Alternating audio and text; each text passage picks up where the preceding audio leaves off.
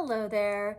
We are looking at the early republic. And this lecture, it's a little bit longer than some other ones. When I meet in class, this one usually takes me like a class and maybe a half. So just to kind of maybe so you know in terms of your pacing as you're working on this.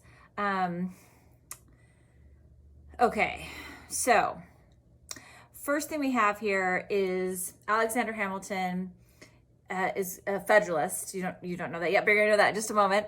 Alexander Hamilton as a Federalist, and then the Democratic Republicans under Jefferson. And so what we want to do here in this first bit is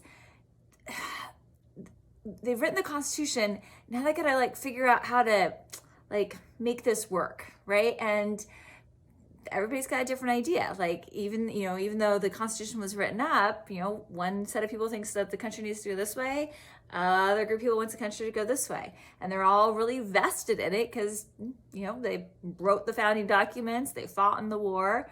And so we'll talk about I'll start off with the Secretary of Treasury Hamilton and his ideas about where the country should head in terms of being a little bit more industrial, a little bit more economic independence from England, as opposed to say like the Democratic Republicans under Jefferson, who think the future of the country rests with these small farms, owning a piece of your land.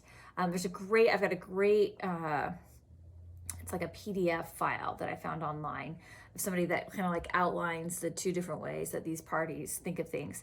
And again, of course, the key is that the founding fathers didn't think there was going to be political parties, and that happened kind of rather quickly. So that's the first thing you're looking at there. Also connected with that is going to be the Whiskey Rebellion.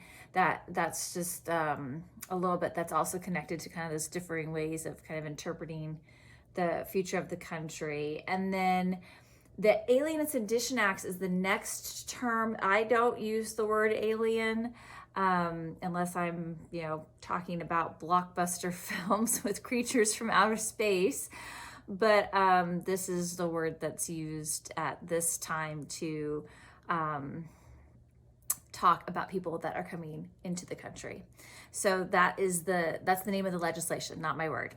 And so the Alien and Sedition Acts, we got some background to get there. To set up the Alien and Sedition Acts, first I gotta tell you about the Jay Treaty. Then that's gonna connect to the XYZ affair, and that's gonna lead us to the Alien and Sedition Acts. So they're kind of all connected.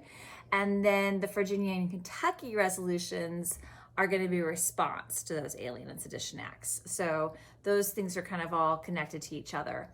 And then the last couple of things that we have here, there's this word liberty that's getting thrown around a lot, right? I mean, it's still, revolutionary, coming out of that revolutionary era. Many of these people fought in the war, they drafted those founding documents.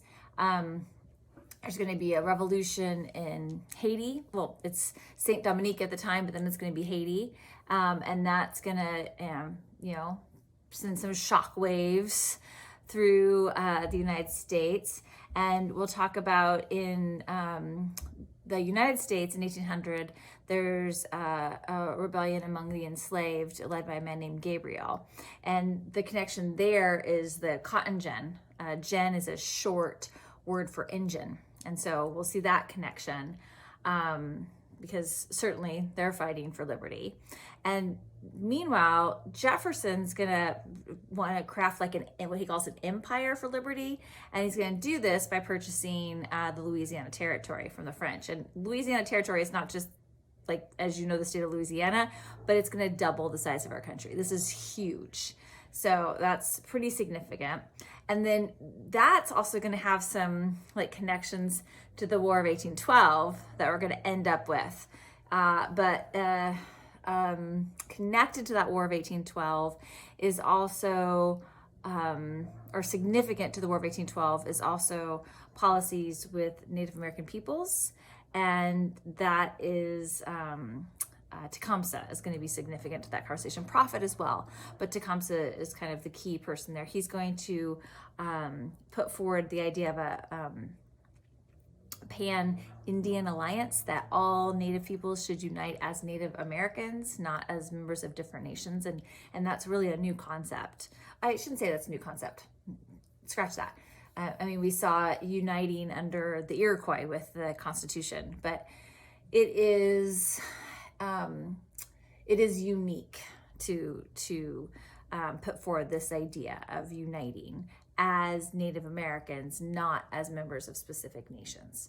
And that's something that Tecumseh is going to propose. All right. So again, hopefully this introduction has kind of like helped you think about, kind of what to look for in those terms. If you've got any questions, you can always put those in the discussion board or send me an email. Take care.